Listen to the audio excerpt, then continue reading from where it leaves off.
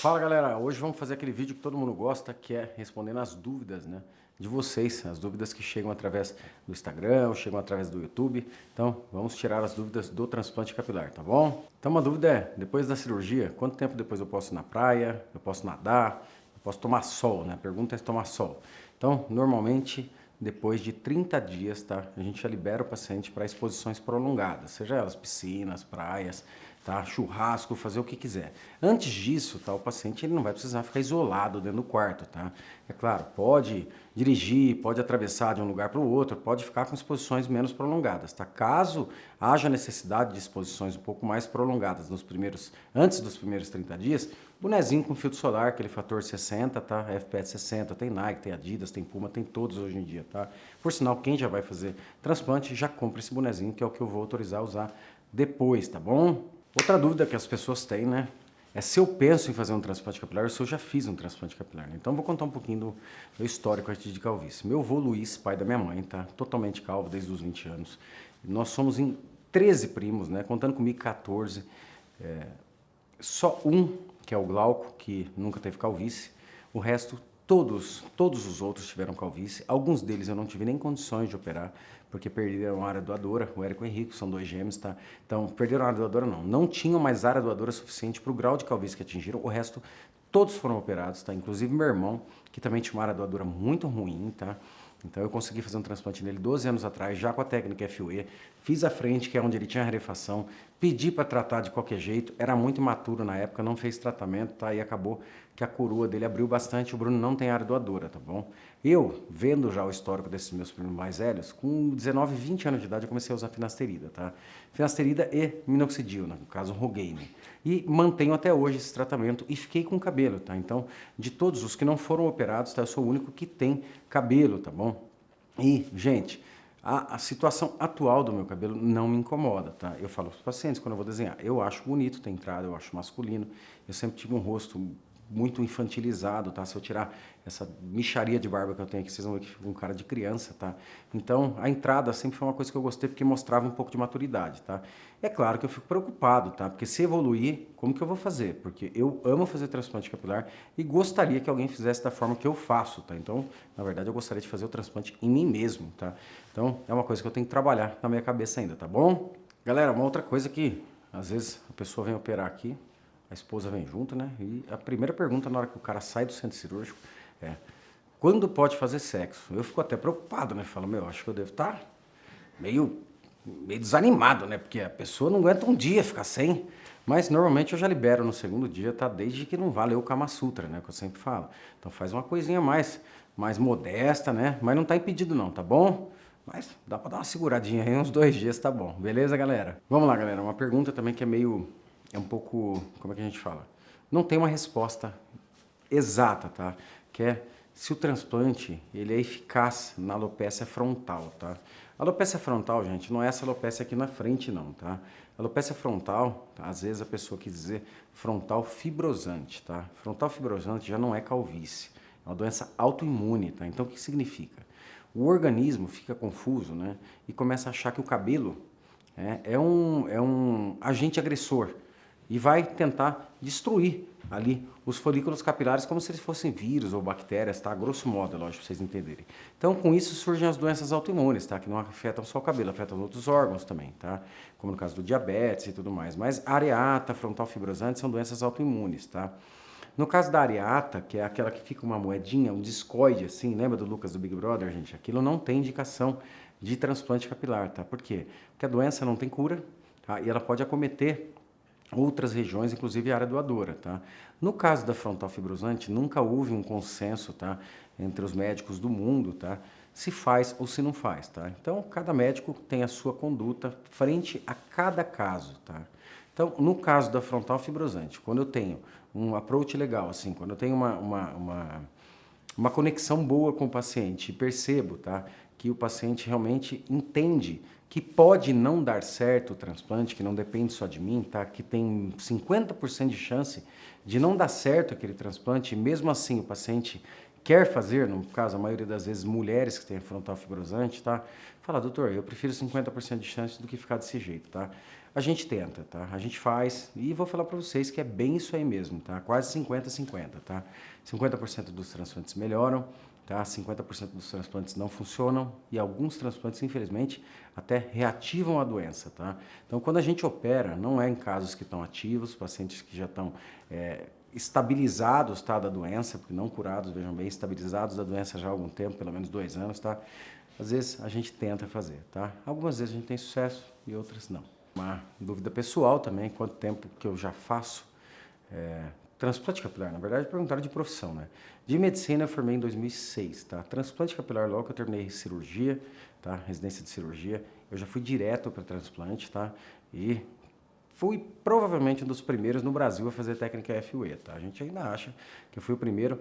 Pode não ter sido a realizar a primeira vez o FUE, tá? Mas já ter ele como forma de tratamento, tá? Então, 13 anos atrás, vocês viram falando do meu irmão aqui, cirurgia do Bruno, 12, 13 anos atrás, tá? Já foi uma técnica FUE.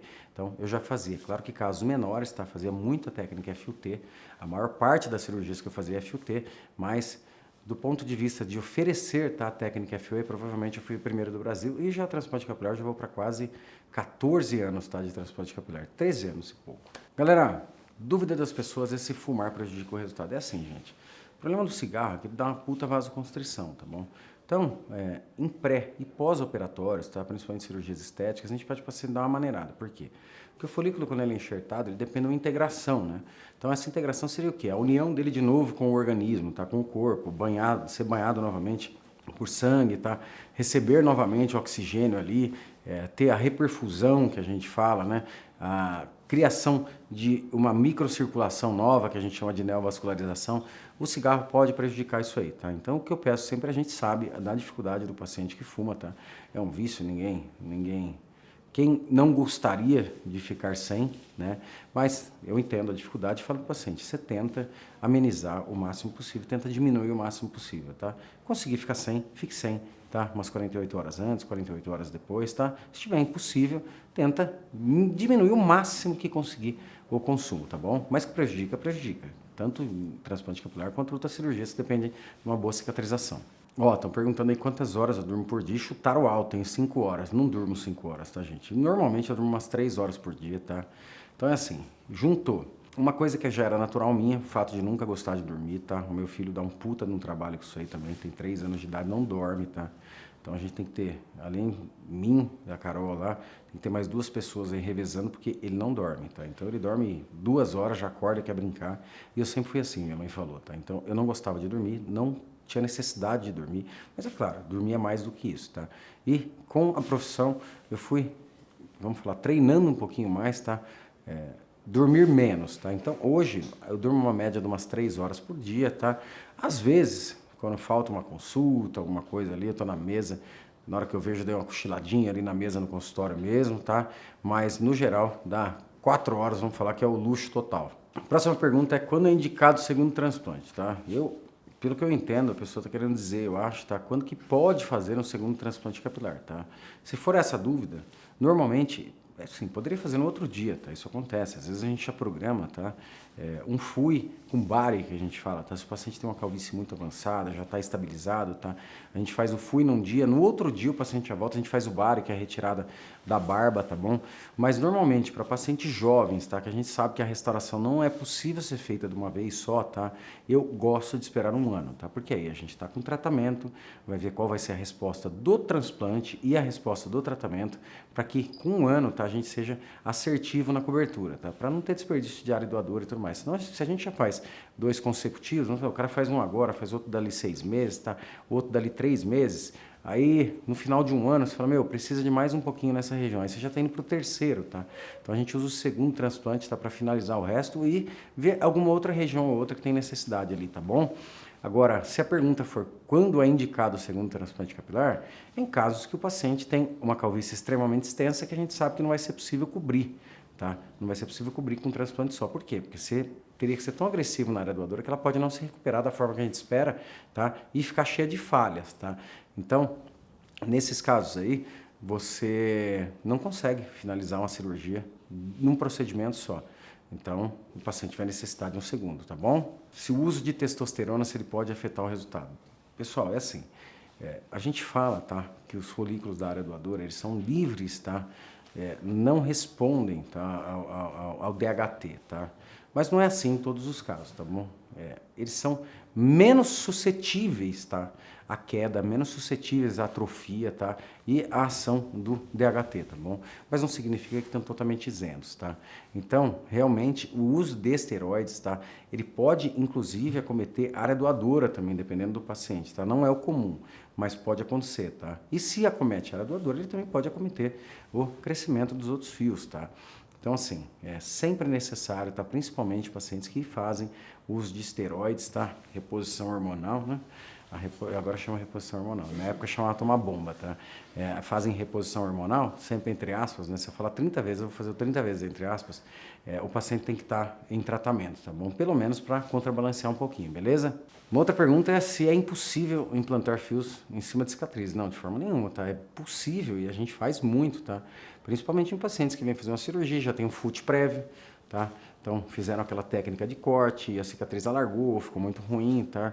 Então, e o paciente tem área doadora disponível, porque isso é muito importante. Lembrando, tá, que se a gente está tampando a cicatriz, a gente está consumindo área doadora, tá? E deixando de colocar em alguma área de calvície, tá? Mas quando a gente tem esse equilíbrio, tá? De ter área doadora suficiente, o paciente tem uma cicatriz que incomoda e precisa ser feito, a gente faz e dá sim um resultado, tá? E não só cicatriz de transplante prévio, gente. Cicatriz de qualquer coisa que vocês imaginam, queimadura, a gente já fez mordida de cachorro, acidente de carro, tudo que vocês imaginam, tá bom? A próxima pergunta é, da onde pode ser retirados os fios, né? Quais são as áreas doadoras que a gente tem, tá? No Instagram, que eu não devo estar percebendo, tá, galera? Que vários pacientes já me perguntaram, posso tirar fio da axila? Então deve ter algum jirico, tá? Que deve ter falado sobre isso, tá? E eu não sei de onde a pessoa tem a ideia, né? De expor ao paciente de tirar fio da axila, tá? Porque assim, é um ciclo totalmente diferente, é uma região que tem uma proliferação bacteriana muito grande, tá? Então eu tenho muito medo, tá, de fazer a extração. É possível, gente, é possível extrair do braço, extrair da perna, mas não é porque é possível que vai dar um bom resultado, tá bom, gente? Então a gente tem que trabalhar com o quê? Com as áreas com os fios que mais se aproximam, tá, do ciclo capilar. Para quê? Para que não haja aquele choque, né? Você olhar e falar, nossa, então aí o cara fica parecendo uma coxa de retalho. Daqui na frente ele tem cabelo, depois barba, depois pelo de tórax, pubis e atrás da axila. São situações extremas que a gente não deve chegar, entendeu? Então, eu já fiz, tá? Até a extração da região pubiana, tá? Num paciente que era extremamente grave, era um médico, já tinha feito uns 10, 12 transplantes capilares, tá? Ainda tinha um desconforto enorme, dessa vez eu tive que me valer de todas as situações, tá? Para conseguir fazer pelo menos o mínimo, tá? Para dar uma situação que ele pudesse pentear, tá? Porque realmente era um caso, assim, muito ímpar, tá? Então, foi feita a extração de área doadora, depois foi feita a extração de barba, a extração de tórax, região pubiana, tá? Mas não é uma extração comum, é um ciclo muito diferente, tá? Então, se a gente for ver em ordem, tá? De preferência, a gente põe área doadora capilar, cabelo, tá? Região nobre, frente, tá? Tupete, sempre usar a região nobre para refazer, tá? Então, eu sempre falo ao paciente, vamos fazer a tua parte frontal com a região nobre, com o cabelo mesmo, tá? E, futuramente, a gente pode usar outros fios, tá? Por exemplo, em segundo lugar, o fio da barba, tá? Tem um ciclo muito mais próximo, um fio grosso, tá? Não tão grosso a ponto de ficar discrepante, mas grosso a ponto de dar uma boa densidade. Então, muito bom para ser utilizado em regiões posteriores, coroa, tá? Em terceiro, a gente tem o tórax, tá? O tórax é um ciclo também um pouco diferente, tá? Mas ainda dá um resultado satisfatório, tá? É uma extração muito difícil, em alguns casos não vale a pena, tá? Então, diferentemente da barba, ele não é o fio preferencial, tá? Então, se a gente for pensar em segunda área, barba. Galera, e é isso aí. Tentamos abordar aí perguntas um pouco pessoais também, que eu acho bacana, tá? E também perguntas pertinentes relacionadas ao transplante capilar, tá? Espero que tenha dado para entender. E em breve a gente faz mais uma aí, mostrando para vocês, tá? Também um pouquinho sobre mim e um pouco sobre a minha área, o transplante capilar, tá bom? Beijo para vocês.